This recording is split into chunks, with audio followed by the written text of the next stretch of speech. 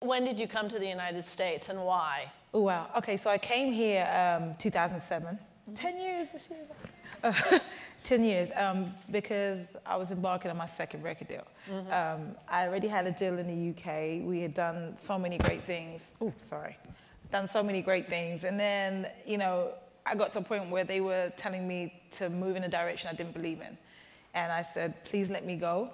I happened to have had John Legend on my first album in the UK. And he said, I want to help you with the next album, you know? And when I went to the label to tell them this, they said, who? John Legend at this time had won like 3,000 Grammys.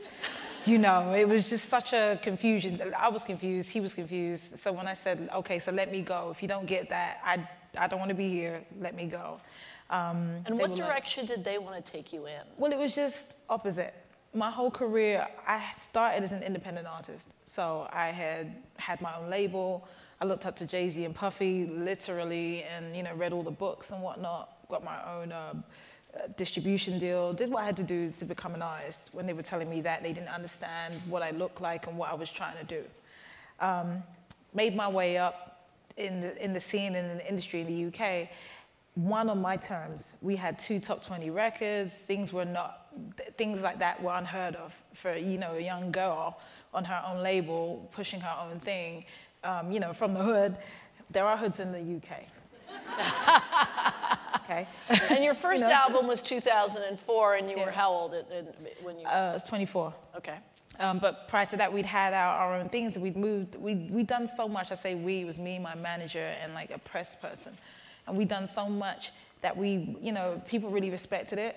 And I didn't realize what we were putting into space and putting into time and putting into play at the time, but we were putting in sort of a legacy of young women that would come after me and be like, no, I'm gonna do this on my terms and I'm gonna do this the way I wanna do it. So you felt you were a role model back then? Not really. I just knew I had a very... You're talking as if you felt that. Now. I see it now. I see what was happening. But at the time, I was just very clear about who I wanted to be and what I wanted it to look like, you know?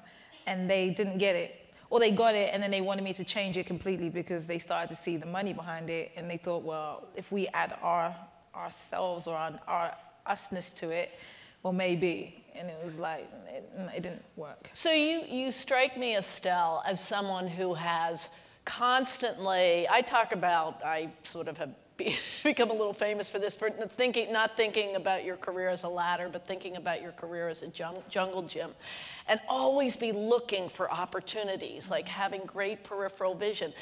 Yeah. And you have done that, and so you came to the United States, you were in LA, you spotted Kanye West, where? At Roscoe's, because... At Roscoe's Chicken and Waffles in LA. I like Never met the man. Basic. And what did you do? Well, I had literally been praying like for a period of months before. I heard his mixtape, and I was like, this guy's amazing, but I want to meet John Legend. And I did. I love his voice. It's brilliant. He's still a very good friend. Love him to death. And I literally went down. I'd come over to record, invested my own money, and I went from the hotel down the street to Roscoe's, and they happened to just be there. And so I was like, hyperventilated for 3 seconds. The two of them together. The two of them eating chicken, just chilling. And I'm me, I walk in like, okay, don't be a groupie. Just, you know, and I walk outside and I was like, please God, if you're there, please God, let Kanye come out so I could say something. I didn't know what the something was gonna be. And I literally turn around and he's walking out on his phone. I was like, thank you, Jesus, okay. Hey, I'm a big fan of you, but look, I want to meet John Legend. Is he in there?